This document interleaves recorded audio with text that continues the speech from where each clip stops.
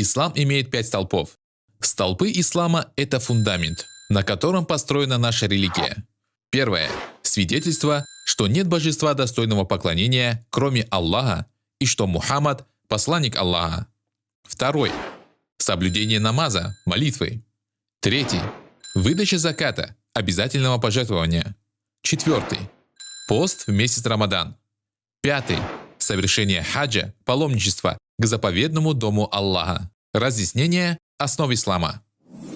Первое. Свидетельство, что нет божества достойного поклонения, кроме Аллаха, и что Мухаммад – посланник Аллаха. Ля иляха илляллах, Мухаммада Расулуллах. Смысл этого свидетельства заключается в твердом убеждении, подкрепленном произношением, что Аллах – единственный и истинный объект нашего поклонения. У него нет сотоварищей, соучастников и партнеров, и что Мухаммад – его раб и посланник, миссия которого заключается в доведении до нас послания от Аллаха. Второй. Соблюдение намаза, молитвы.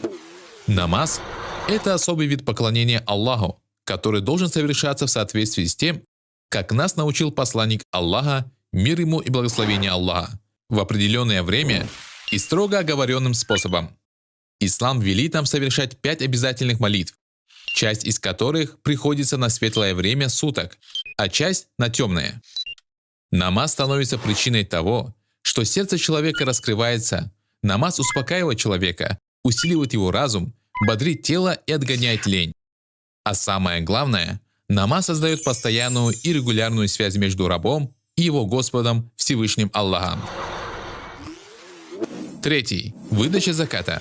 Этот вид поклонения Аллаху совершается путем обязательного пожертвования части своего имущества в пользу тех, кто в нем нуждается. Мусульманин должен выделить лишь определенную шариатом очень небольшую часть своего имущества и раздать его тем, кому оно полагается. Четвертый. Пост в месяц Рамадан.